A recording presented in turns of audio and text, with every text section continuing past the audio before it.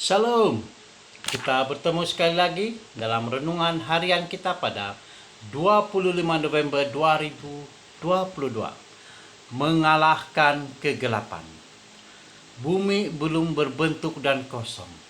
Gelap gulita menutupi samudra raya dan roh Allah melayang-layang di atas permukaan air. Berfirmanlah Allah, jadilah terang. Lalu terang itu jadi. Kejadian 1 ayat 2 dan 3. Sejak hari pertama penciptaan dunia kita, Roh Kudus ada di sana untuk mengalahkan kegelapan. Kegelapan fisikal dikalahkan oleh firman Tuhan dan kehadiran Roh.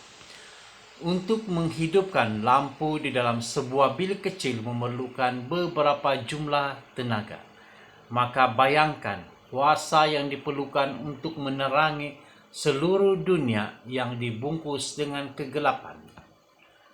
Sama sebagaimana kita tidak melihat elektrik yang bergerak melalui wayar yang menghidupkan mentol, kita hanya dapat melihat sekilas pandang Roh Kudus dari semasa ke semasa ketika Dia berusaha untuk menerangi dunia melalui pengetahuan tentang Yesus Kristus. Walaupun pada mulanya kegelapan itu segera hilang ketika terang datang ke dunia, namun hati manusia boleh menentang terang dan tetap berada dalam kegelapan. Rasul Yohanes berkata, dalam Dia ada hidup, dan hidup itu adalah terang manusia. Terang itu bercahaya dalam kegelapan, dan kegelapan itu tidak menguasainya. Yohanes 1 ayat 4 dan 5. Yesus senantiasa bekerja melalui Roh-Nya di dunia hari ini, melalui pernyataannya dalam alam semula jadi dan firman, bersama dengan pengaruh secara langsung ke atas hati manusia dan keadaan yang melibatkan campur tangan ilahi. Tuhan sentiasa berusaha untuk mempengaruhi setiap jiwa di bumi untuk keluar daripada kegelapan dan diberkati oleh terang dunia. Sebab Allah yang telah berfirman, dari dalam gelap akan terbit terang.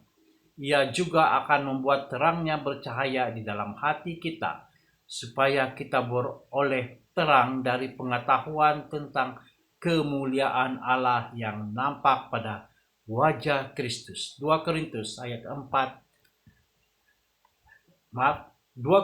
pasal 4 ayat 6.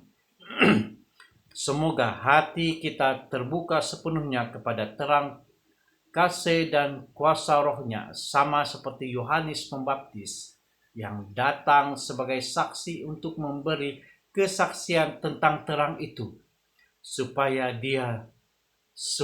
oleh Dia semua orang menjadi percaya. Yohanes 1 ayat 7. Mari berdoa.